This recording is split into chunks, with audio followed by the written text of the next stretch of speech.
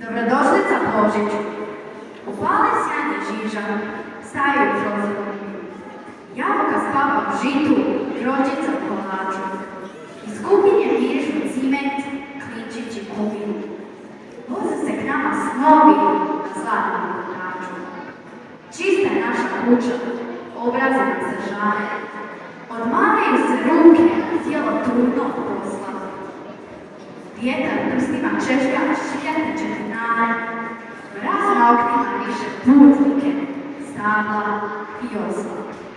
U pomirenom srcu noćas ćemo se sresti.